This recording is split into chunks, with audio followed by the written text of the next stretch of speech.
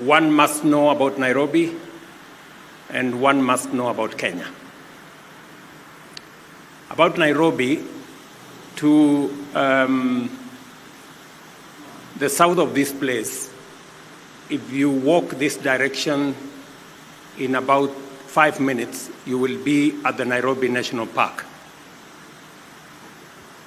Nairobi is the only city with a national park a minute or minutes away from where you will be staying. So I will encourage you somewhere in between this conference to find your way to the national park. We have wild animals. I must, however, warn you that sometimes they break off from the fence. So if for any reason you find a lion, please be careful. They are not tamed.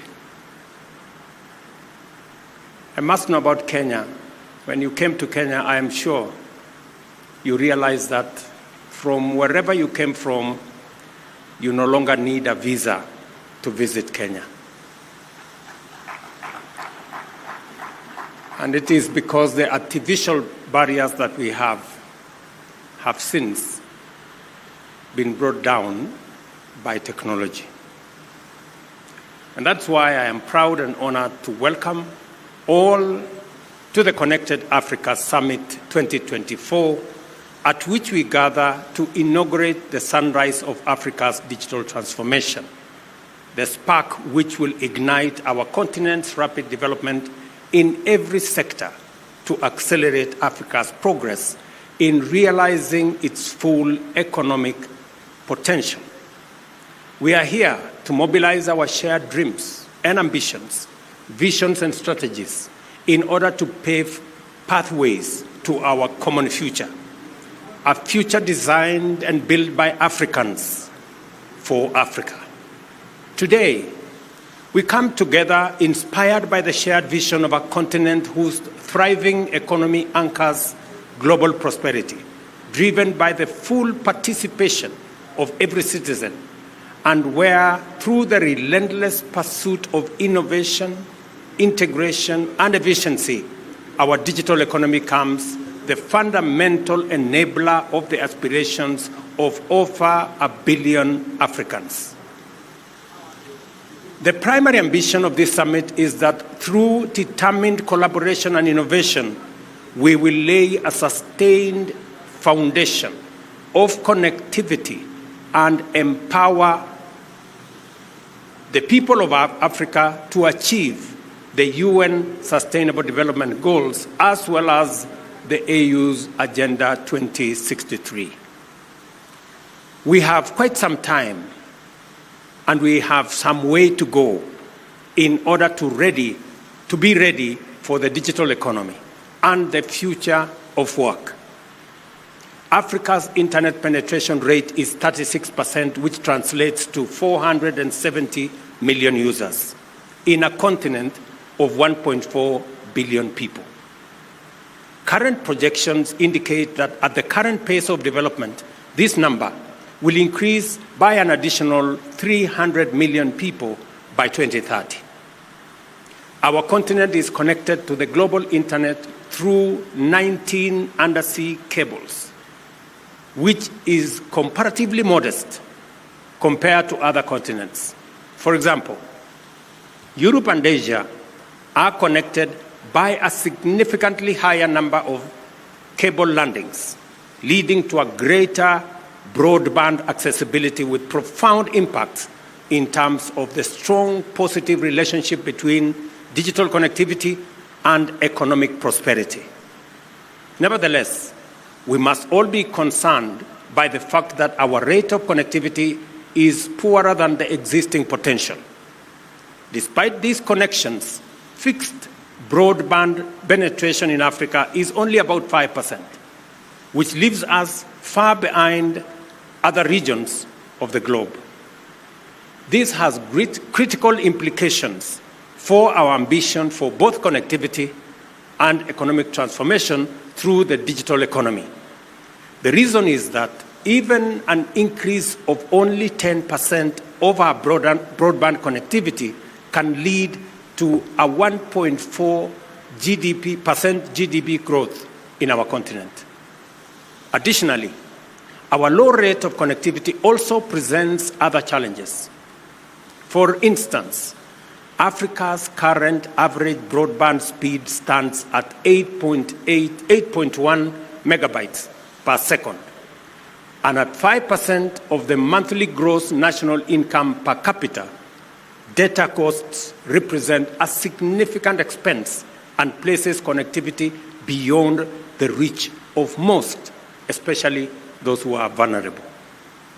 These statistics must serve as an urgent call to action and motivate us to radically enhance Africa's digital infrastructure and unleash the immense economic and innovative potential of our young people in a vibrant continent.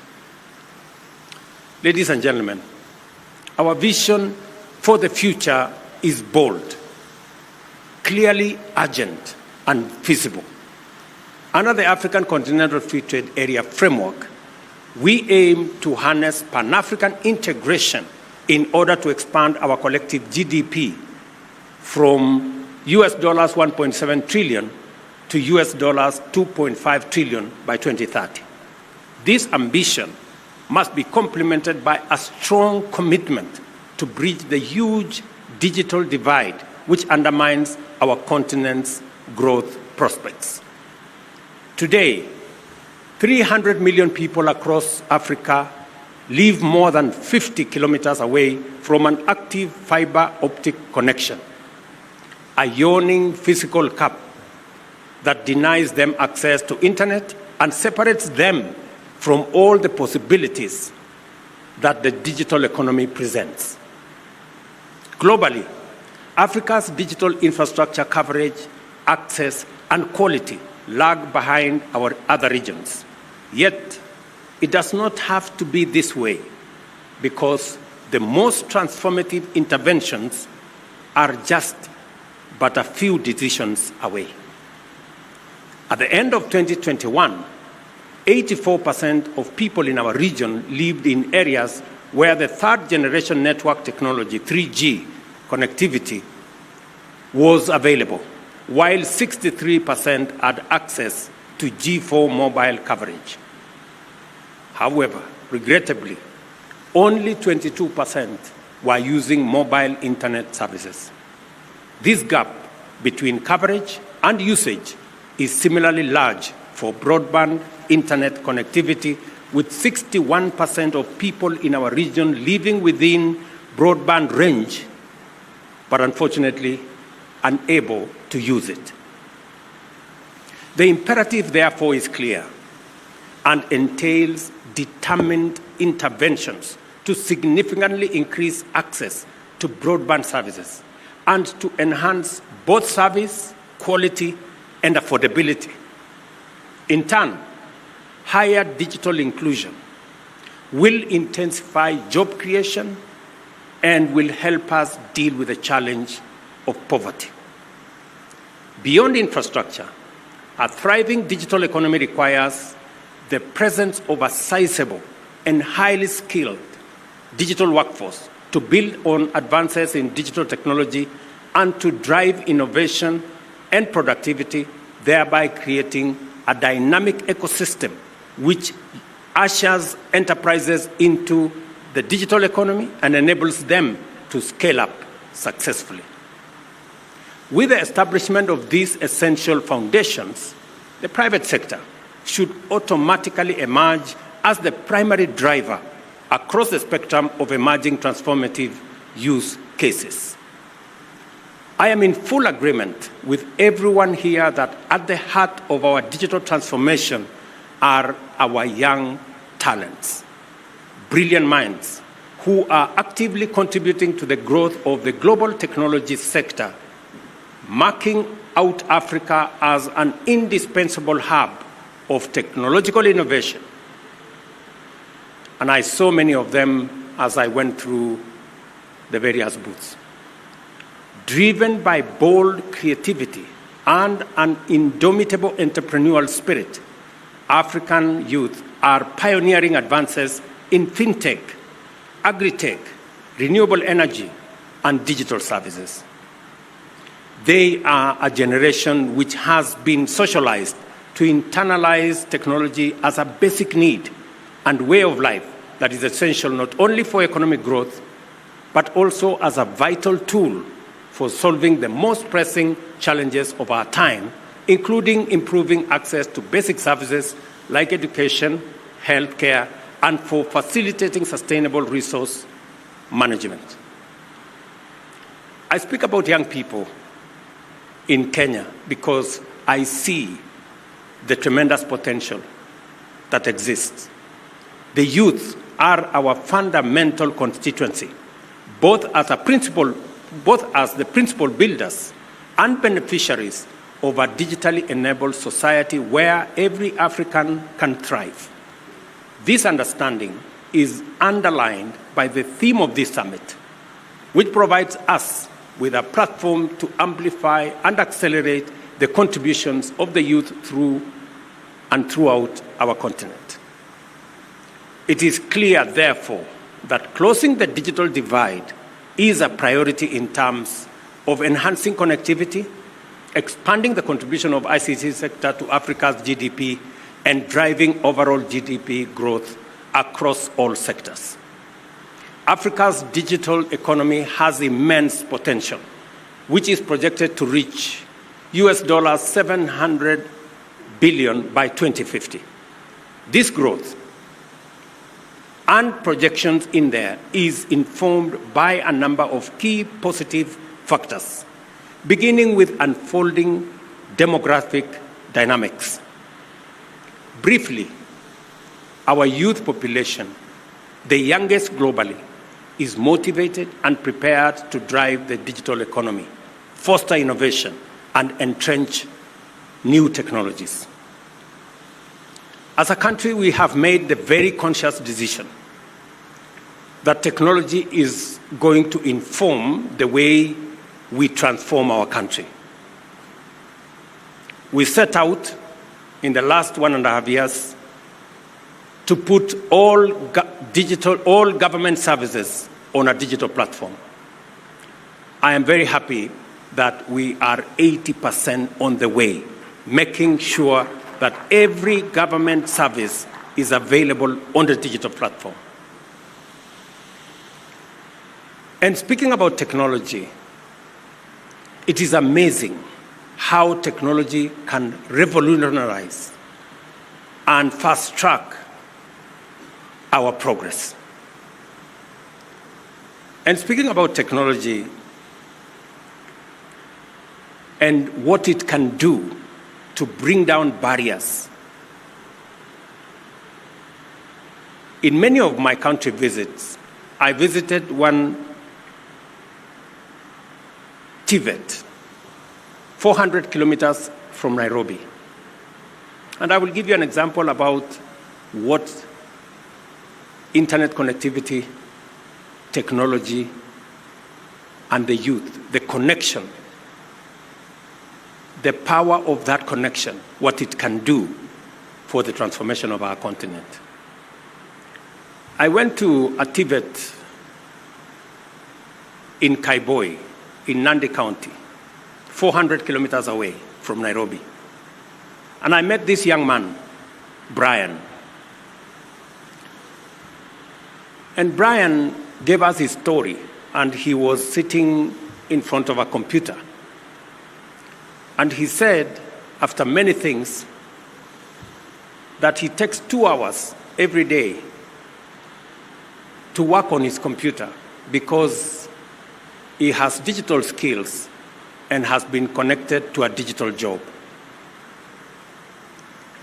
Brian, now in Nandi County, works for an AI company in Germany. Mind you, Brian is a village boy. He has never come to Nairobi, the capital city of Kenya. He doesn't have a passport. But He not only works for a company in Germany, he works for a company, an AI company, which the government of Kenya today does not even have a clear policy on AI. Meaning, Brian is ahead of the government of Kenya. And that is what the power of technology can do.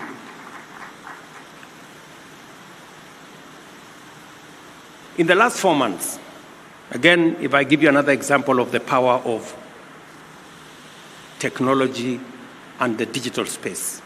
In the last 4 months, we have distributed 2.5 million bags of fertilizer to close to 500,000 farmers in Kenya using an e-voucher that has eliminated cartels, roadblocks, bottlenecks, and has made the distribution of fertilizer efficient.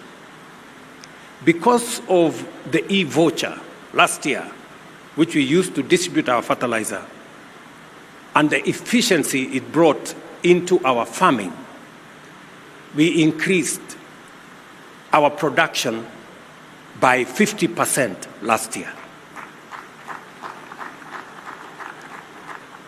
Let me give you another example. I went to Embu, and that is why I was asking about Embu.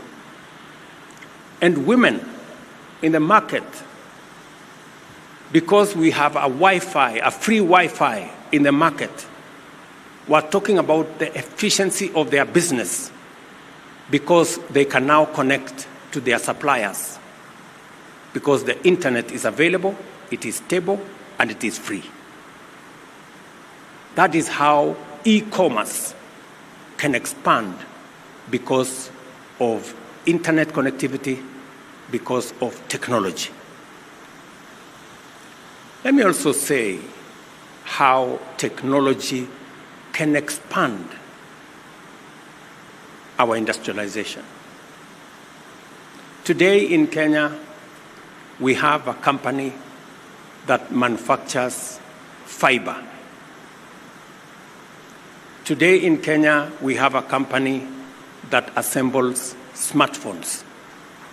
Today in Kenya, we have a company that is beginning to put together technology gadgets, including computers. So there is an whole array from creating jobs to enhancing commerce to powering industrialization. The second critical factor is the potential growth on account of increased digital penetration and an enhanced pace of infrastructure development. With over 160 million Africans gaining broadband access between 2019 and 2022, a 119% increase in internet users between 2016 and 2021, we have laid a solid foundation for the digital economy's expansion and built significant momentum for transformative economic growth.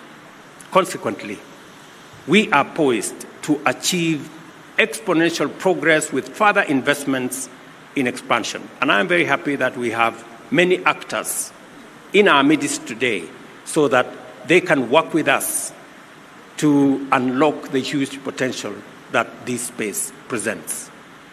Thirdly, the rise of the African fintech innovation can no longer be ignored. Our fintech sector is now firmly at the forefront of global innovation, with its product transforming economic activities by facilitating inclusive service delivery, as well as interventions like mobile payments, thereby significantly advancing digital inclusion. I cannot forget to mention that huge positive role that international solidarity and regional support have also greatly contributed to the strength of the projected growth of Africa's digital economy.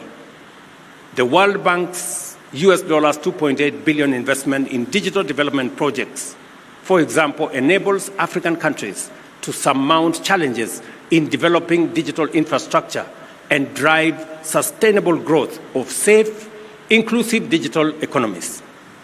And I say this in the context that next Monday, here in Nairobi, we will be having a conversation as leaders from Africa with the World Bank on the next IDA or International Development Association replenishment program, because we are pushing the resource envelope on resources that have concessional funding to make sure that we can power our own development as Africans. For a long time, this conversation was done without us. For the first time, we are going to sit around the table, agree with our development partners, work with multilateral development banks to agree on Africa's priorities, what makes sense to us. And that conversation next Monday here in Nairobi, involving African heads of state, the World Bank, and other actors, is an important conversation, realizing that it is as important to disburse as it is to disburse to the right priorities. More partnerships like this are essential for our digital and economic inclusion agenda, and besides, they are sound investments whose dividends will endure for generations to come.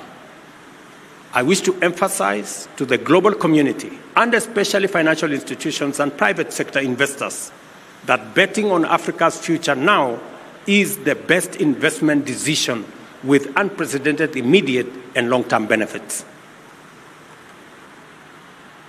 I wish somebody was listening to me. Any serious investor who does not have his focus in the African continent has some correction to make.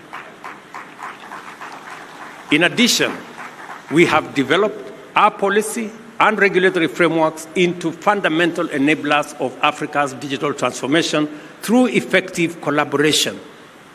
That is why I'm very happy to have ministers in this meeting, because the biggest threat to Africa's progress is the fragmentation of our economy. And that is why we are effectively assembling ourselves into a coherent, cohesive, one market under the Africa Continental Free Trade Area. And the more we have functions like this, where we collaborate, where we bring our ideas together and synergize, the better it is for all of us collectively. As a consequence, harmonized ICT sector policies instituted both under the ACFTA and the Africa Union's Agenda 2063 play a crucial role in fostering cross-border coordination and investment, facilitating aggressive growth across all countries in all sectors. Also, ongoing efforts to accelerate Pan-African economic diversification and consumer market expansion further bolster the development of an expansive market for digital services as well. Through our commitment to invest in the development of broadband infrastructure and foster the emergence of a digitally enabled society, we shall lay down the foundation for an inclusive, prosperous African future where every citizen can thrive as an active participant in an interconnected global economy. This strategic focus is not only about connectivity, but also about empowering every citizen in a dynamic digital landscape across our continent. I'm encouraged to note that the intentional positioning of the ICT sector aligns with Africa's overarching economic growth strategy, which leverages the digital economy to catalyze the development of various sectors, supported by Africa's phenomenal demographic dividend and deliberate infrastructure improvements, innovative fintech solutions, and strategic policy frameworks. The ICT sector is intended to drive Africa's transition into a global leader in the digital economic space. Kenya's sustained commitment to digital transformation provides a good example of what we should aim to achieve throughout Africa and to benefit everybody wherever we can deliver. At 64 million mobile connections, Kenya's mobile connectivity is 118% of our population. At the end of 2022, mobile data or internet subscriptions were 47.8 million, with 67% of this comprising mobile broadband connections. Our ICT sector has continued to grow at the rate of 10% annually. To build on this and all the achievements, sustain the growth in momentum, and deepen ICT and digital inclusion, we have embedded last-mile fiber connectivity as a strategy and a strategic pillar of our bottom-up economic transformation agenda. Under this vision, our goal is to connect 100,000 institutions and markets and significantly increase fixed broadband access from 1.2 million to 8 million out of the 12 million households between 2022 and 2030. Furthermore, we have commenced the process of reviewing our building codes to ensure all new buildings are fiber optic ready. These initiatives underscore Kenya's dedication to deliver sustainable, universal digital access. We are implementing the National Citizen Digital Skills Program, a transformative initiative to bolster digital ICT inclusion in remote parts of our country. Through the DigiTrack program, for example, we have committed to provide 40 hours of digital skills and innovation training free of charge to citizens across the country, delivered through mobile units. An impressive outcome of this initiative is that over 35% of people who have completed training went on to start new businesses, and 70% have since passed their digital skills onwards to other citizens. This is the impact of a simple intervention in terms of empowering young people, and it affirms the promise of our collaborative approach and the power of partnership in achieving ambitious goals. As we enhance our digital connectivity infrastructure, we are deliberate about fostering a robust environment for e-commerce. The objective is to broaden market access for Kenyan entrepreneurs and also integrate them into the global digital economy. Our ICT sector continues to expand on account of emerging technologies as well as our increasing sophistication in the digital economy. Increasingly, this is going to be the trend in every country on our continent. That is my belief. Accordingly, we see a great and urgent need to design and implement a harmonized model of regulation to be governed by a network of ICT authorities which shall oversee the integration of the digital transformation initiatives throughout the continent in accordance with our AU 2063 agenda for ICT. We are eager to share these experiences, and I'm sure Eliud Owalo and his team will take time to share some of these experiences and also learn from those of our colleagues from across the continent, whatever they have to offer. It is by sharing knowledge and experiences, pooling resources, harmonizing strategies, aligning investments, and working as partners that we shall rise together. This collaborative spirit is what we need to transform Africa into a digitally empowered and economically thriving continent. It is also the reason we are gathered here as this inaugural Connected Africa Summit mobilizes all of us together with our esteemed global partners to collaborate with ambition and transcend our challenges enabling Africa to rise towards its destiny. The expected outcomes of this summit, therefore, are not mere objectives, but concrete, impactful commitments and milestones on our journey towards innovative leadership and strategic global alliances that will expand our infrastructure, secure our digital spaces, and democratize access to technology, ensuring every African is included in our digital revolution. Everyone present here today recognizes the singular opportunity we have to unite our continent, inspire collaboration and innovation, and transform the ICT ecosystem, connectivity infrastructure, and our digital economy.